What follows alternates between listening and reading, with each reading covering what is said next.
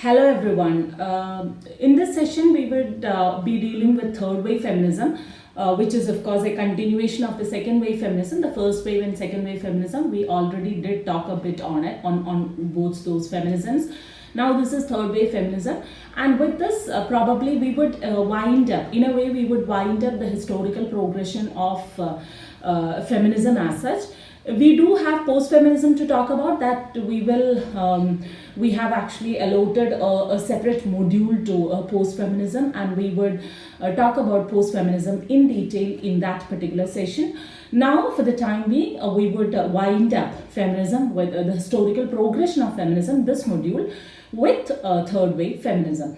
So as I told you in the last session, when the first wave feminism, when we talked about the first wave feminism, we saw that first wave feminism was focusing more on the personal needs of women, where you did have this property rights, the dowry, the property rights, the divorce laws, the Child Custody Act, all these things getting done. And with in the second wave feminism with Simone de Beauvoir, at the very beginning, we had this shift from the personal to political. The very personal needs which women we're talking about were taken to a universal, or given a universal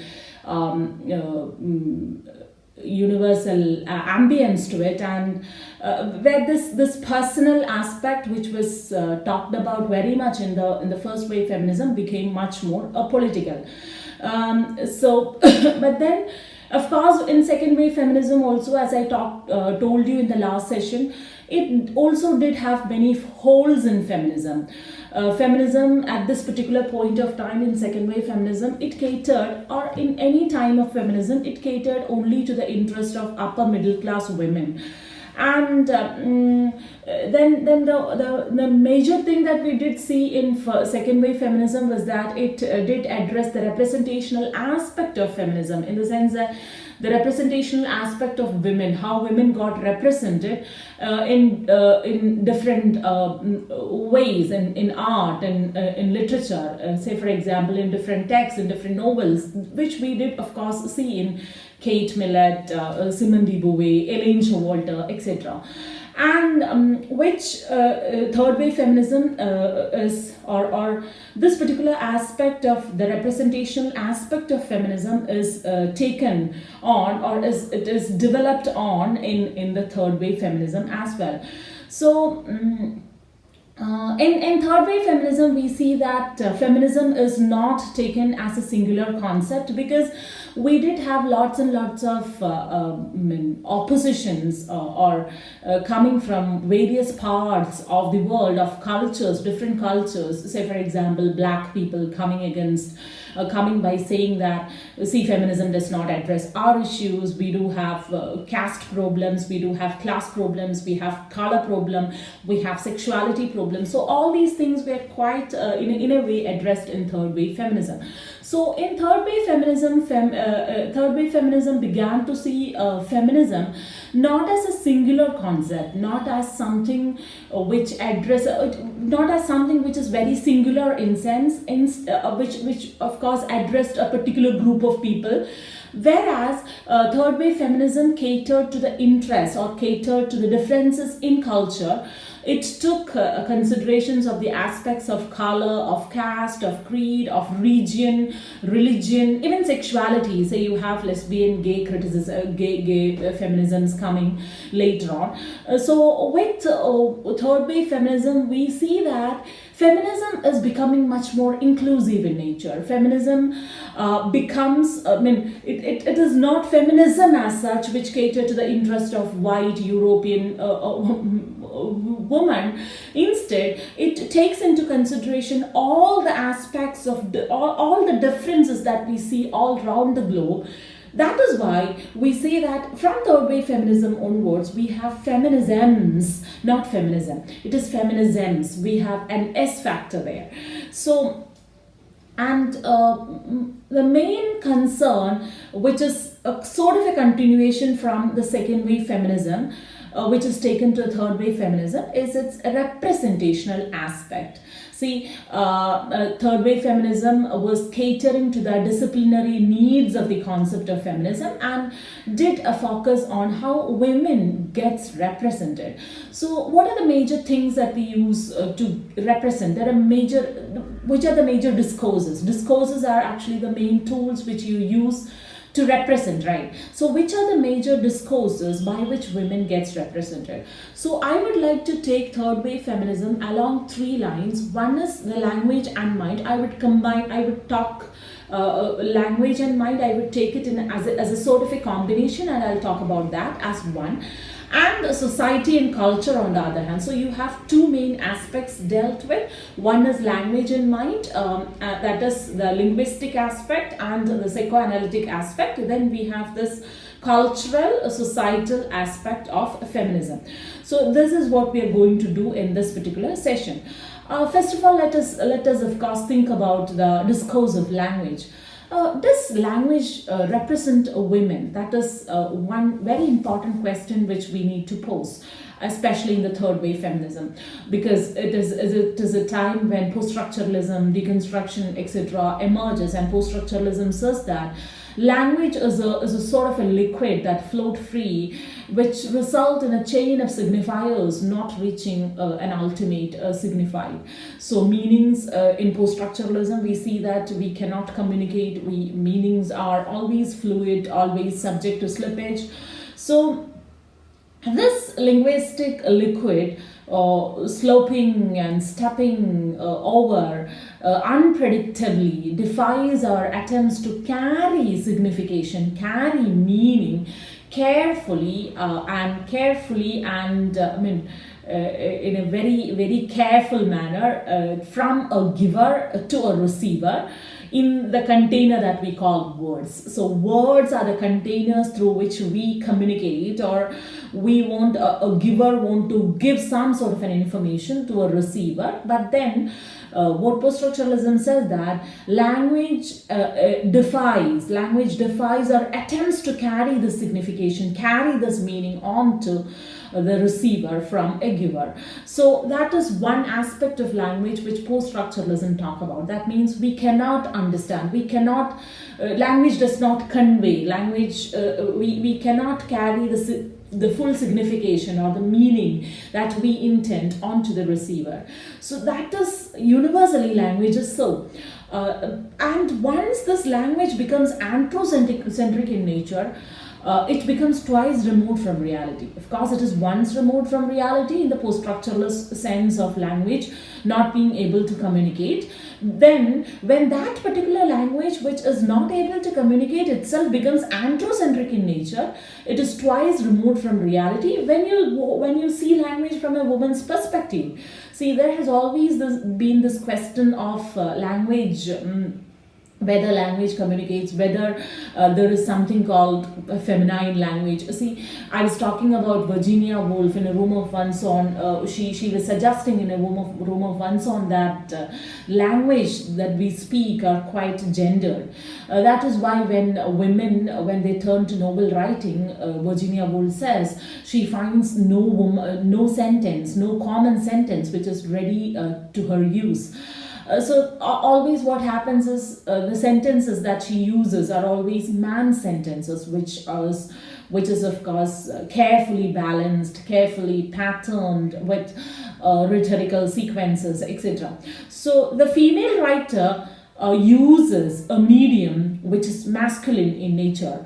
You have Dale Spender in her book Man-Made Language, which was published in the year 1981. She says that language is not a neutral medium, that is, language is not an innocent medium, but an instrument through which patriarchy finds its expression. You might be familiar with how masculine becomes the unmarked gender. Like, for example, everyone has his weak point, whether you are a man or a woman, you say like that, right?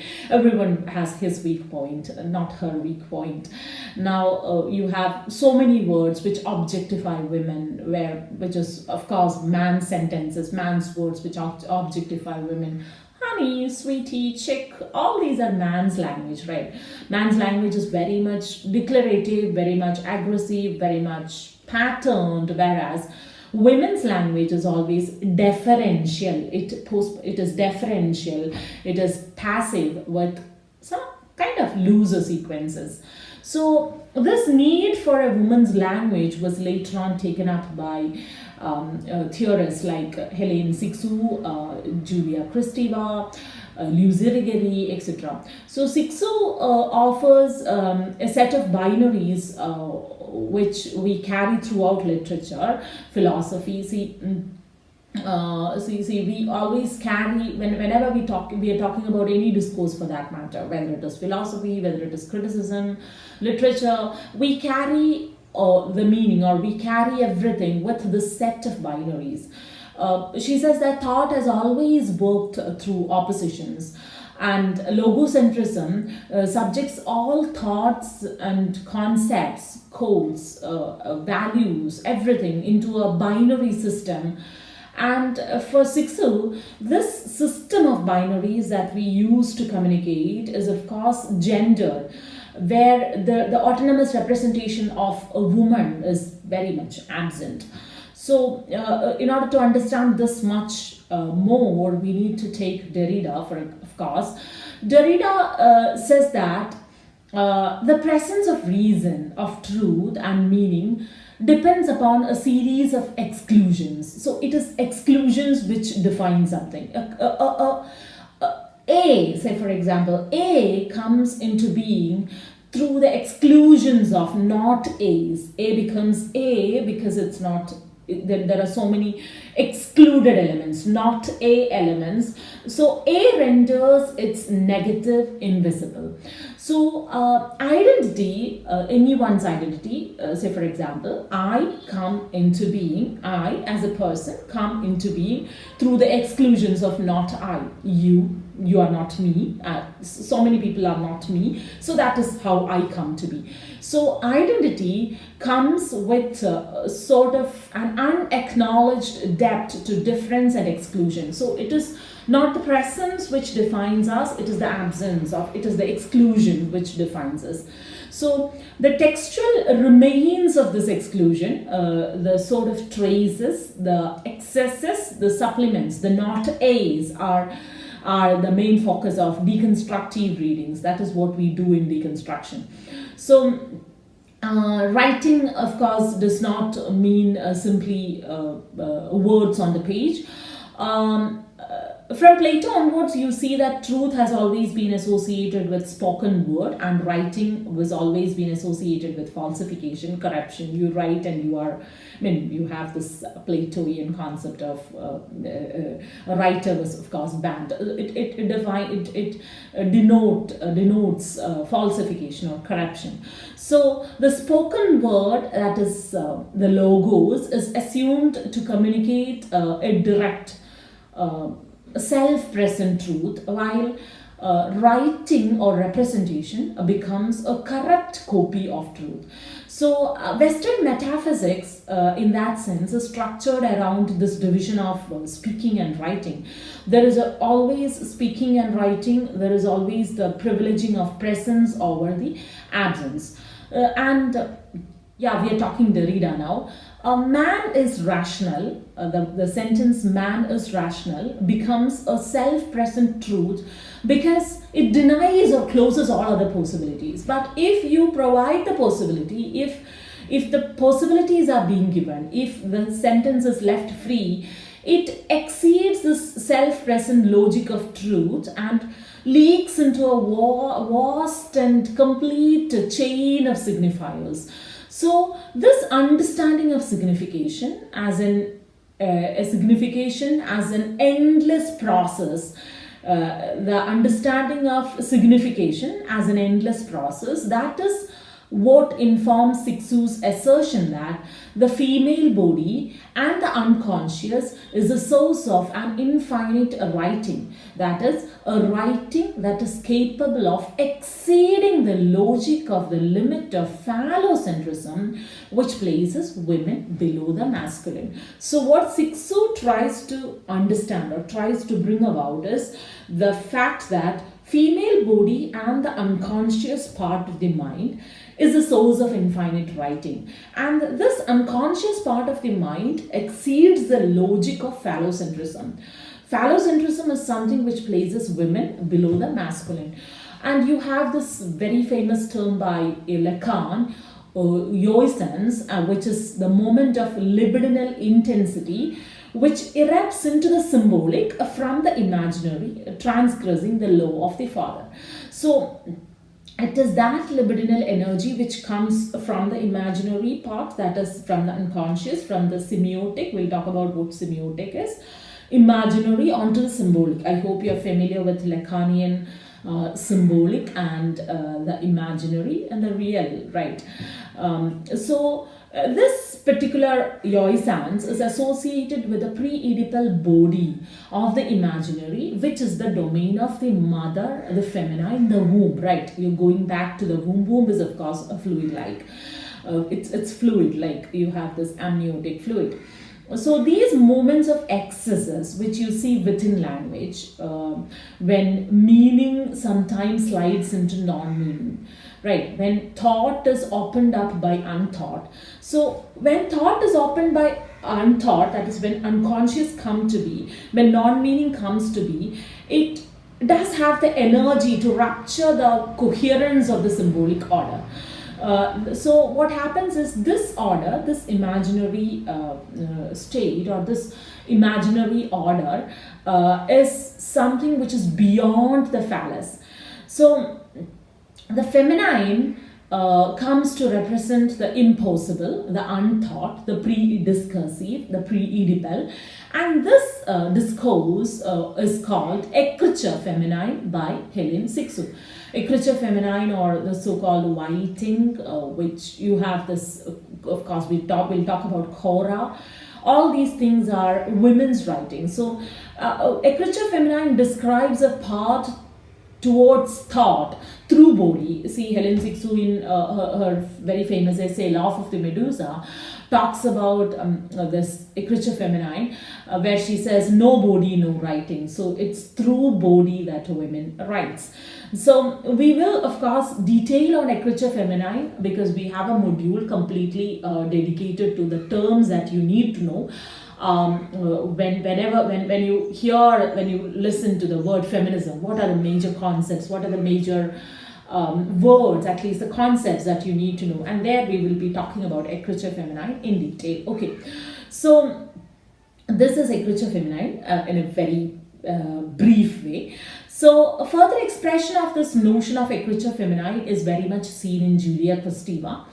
Julia Kristeva, in her work Revolution in Poetic Language, that is a work which was published in the year 1974, she says that all our attempts to use language neatly, clearly, and in an orderly way are handmaidens of our attempts to be neat, clearly demarcated, orderly subjects. So our attempts to use language in a very orderly way means that you want to become orderly subjects. And she's talking about two modes of signification, which is very interesting and which is very important when we're talking about the discourse of language and the discourse of psychoanalysis in third wave feminism. So language, according to Julia Kristeva, operates in two ways. The first one is which is an expression of the clear, the orderly meaning. That is the masculine part of it, the phallocentric part of it, the man's part of it. Whereas the other one is which is an evocation of feeling, the discharge of energy and drives, which is the feminine part of it. So if we put these two things: the expression of clear and orderly meaning, which we are used to, right? We'll talk about that. What is it?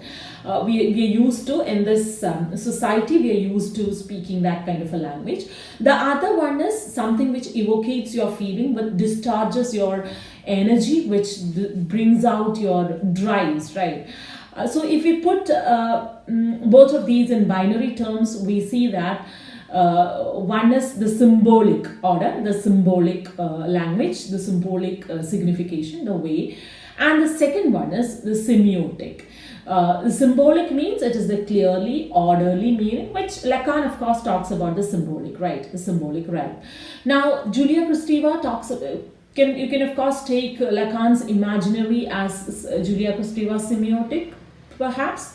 Now, semiotic is something which is connected with nature, with body, and with the unconscious, whereas the symbolic is connected with culture, with mind, and with consciousness, right? So, semiotic is the extra verbal way in which the bodily energy affects or the bodily energy makes their way into language, right? So there is a sort of an extra verbal way through which this bodily energy brings or comes to the language. Sometimes it could be expressed verbally, but most of the time it could not be expressed verbally, because it is not subject to the rules of any syntax or order or whatever it is that masculinity or patriarchy has created. Sometimes you see the expressions which are found in music, which are found in dance, poetry, etc. All those things originate in the unconscious. So before a subject begin to use a language symbolically through this symbols, grammar, syntax, etc., she or he expresses herself with various intonations and gestures. For example, you might be familiar with babies' coos, babbles, etc. All these are semiotic, which is way below the surface. Now, kora is another word which, kora is, could be translated as a womb, a sort of a receptacle. It's not just a space, just a receptacle, but a sort of an articulation, a rhythm that precedes language. So kora is the space in which meaning, or in which the meaning which is produced is semiotic, not symbolic. The meaning produced would be semiotic in nature. At first, there is the semiotic kora, and once the child begins to differentiate the so-called self and the other, I hope you're familiar with Lacan's mirror stage there. There occurs, once a child begins to differentiate the self and the other, what happens is there occurs a break from the semiotic onto the symbolic, which is called thetic break.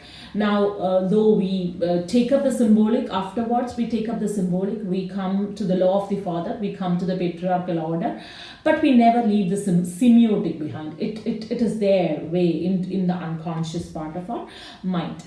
Now, that is how we would connect feminism, third wave feminism, or feminism as such, into language and into psychoanalysis. Now, let us, of course, try to connect feminism to the discourse of culture and the discourse of society. Now, as I told you before, the discourse of culture, as I told you before, there was a growing voice of dissent from among various parts, various directions, like blacks were coming against, lesbians were coming against, working class people. All of them, they protested that the universal voice of feminism which said that it caters to the interest of women as a whole.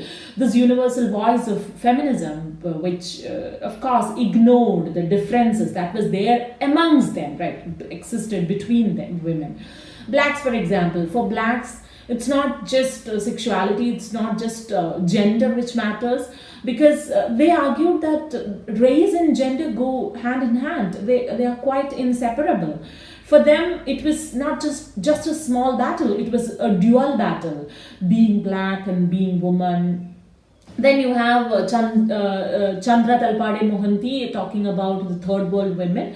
where she says that white women had constructed the third world women as the other. So the third world women were also relegated to the margins by the first world women, like blacks were relegated to the margins by the white women. So there was, of course, you had this black power growing, you had this womanism, Alice Walker's womanism kind of things were there, but it was later on that it came to be. So after this third wave feminism, or during this third wave feminism, so blacks problems should be addressed. Then you have this lower class people, the class was a matter for them.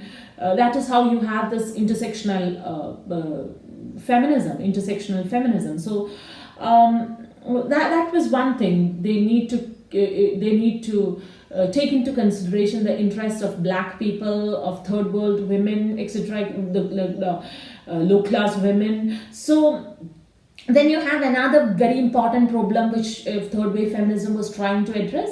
You have this homophobia getting addressed. You had this post-colonial feminism. You had this black feminism. You had all these kinds of feminisms, but then you also had to address sexuality as such, because you had this homophobia emerging.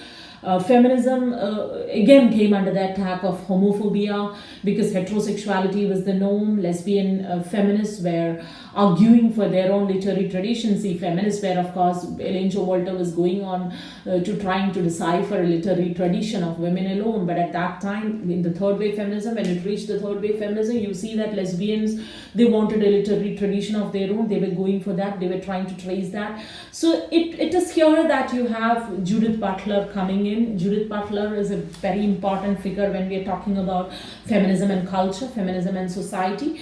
Her concept of performance, right? Her concept of performance. So we did talk about black feminism, the third world feminism, the material conditions which define the regional aspect, the cultural aspect, which define the women's role or women's concept of self, so sense of being, etc. So and it was towards the end that we have the sexuality emerging, where Judith Butler, I was talking about Judith Butler, right? So the gender reality to which we belong. Judith Butler is a very important key figure in the sense that she had this concept of performance, how performativity. Judith Butler says that gender is not only socially constructed but performed. So there is a very term which she talks about, which is called sedimentation. I'll just read it out. Sedimentation is the concept that I'm going to read out. My suggestion is that the body becomes its gender through a series of acts which are renewed, revised, and consolidated through time. Now, from a feminist point of view, one might try to reconceive the gendered body as a legacy of sedimented acts. Now, how does gender come to be? Gender is the result of those sedimented acts rather than a predetermined or foreclosed structure, rather than an essence or fact, whether natural, cultural, or linguistic. So what happens is, I hope you're familiar with this geological term sediment. Sediment is a term which is used in geology to describe the deposition of sediments or particles which result in the formation of sedimentary rock. So how is this rock formed? So many sediments, particles come and gets deposited there under and goes on years and years, millions and zillions of years. It gets deposited and at the end of it forms into a rock. Likewise, performance or sedimentation is how you perform. You perform a woman. You are biologically a woman and you perform woman. Each and every time you are to perform. Your performance, it is always the continuous repetition and performance that creates your gender identity. Gender identity is real only to the extent that it is performed. So if you refuse to perform the so-called gender script, see, I'm a woman, I'm supposed to behave in this particular way. I'm a man, I'm supposed to behave in this particular way. So if you refuse to perform the so-called gender script, gender, the concept of gender would cease to exist. That is what Judith Butler tries to say. Refusing heterosexuality becomes the only way to undermine patriarchy. So, sexuality also becomes a very important concern for third wave feminism. Now, Judith Butler, in her Gender Trouble, she talks about the need for the fluidity of gender. See, and it is towards the third wave feminism that we see that feminism is becoming much more inclusive in nature. Feminism becomes, in the real sense, it becomes a movement. I did talk about this movement part of it in the introductory part of this certificate, this course. So what happens is it is a movement. So now what happens is feminism is including everything. It has become very much inclusionary in nature. So Judith Butler says that we need to be fluid enough. So masculine and feminine are kind of heterosexual construct, and if only we are able to subvert these norms, we would be able to deconstruct the gender binary categories, which would of course result in multiple pluralistic possibilities of gender. Of course, this particular pluralism, multiplicity would signal to a post-feminist era, which we would of course talk about in some other module. Okay, thank you all.